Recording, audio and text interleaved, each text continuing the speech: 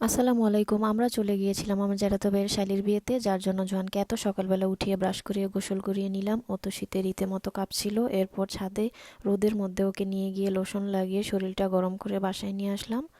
এখন আমি ওকে নাস্তা খাইয়ে দিব। ওর নাস্তাটা রেডি করছিলাম। এই যে ওকে আমি খাইয়ে দিচ্ছি, খেতেই চাইছিল না, জোর করে খাইয়ে দিচ্ছিলাম। এই যে আস্তে ধীরে বসে বসে খাচ্ছে। এরপর আমি ওকে রেডি করে নিব। এগুলি ছিল ওর আউটফিট, এগুলি পরে আজকে যাবে।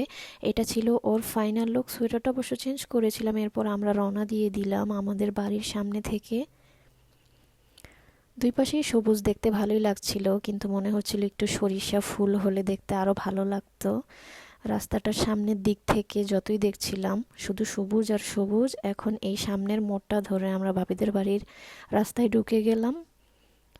দেখতে দেখতে ওনাদের বাড়ির গেটের সামনে চলে আসলাম। রাস্তাটা শুরু হওয়ার কারণে দেখে দেখে যেতে হচ্ছিল। আমরা কিন্তু গিয়েই খেতে বসে পড়িনি, ওনাদের সবার সাথে দেখা করে তারপর খেতে বসেছিলাম। যেহেতু মেহমান বাড়ি ছিল, সবগুলি ক্লিপ নেওয়া আমার পক্ষে সম্ভব হয়নি। বর্বও আমি কারোরই ভিডিও ক্লিপই নেইনি।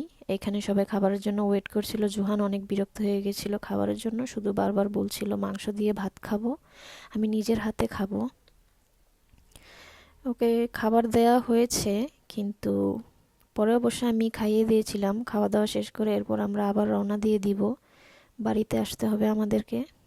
রওনা দিয়ে দিলাম। আবার সুন্দর এই দৃশ্যগুলি দেখতে দেখতে বাড়িতে চলে যাব। এটা একটা নদী। এরপর যখন ছাদের উপরে এসে একটু ঢং করছিল, কোনো মেহমান বাড়িতে গেলে ওর মুড ঠিক থাকে না। এখন ছাদের উপরে এসে ভালো হয়ে গেছে, নানুর সাথে ছবি তুলেছে। এখন পুরো একদম হিরো হয়ে গেছে। সবাই দোয়া করবেন। আল্লাহ হাফেজ।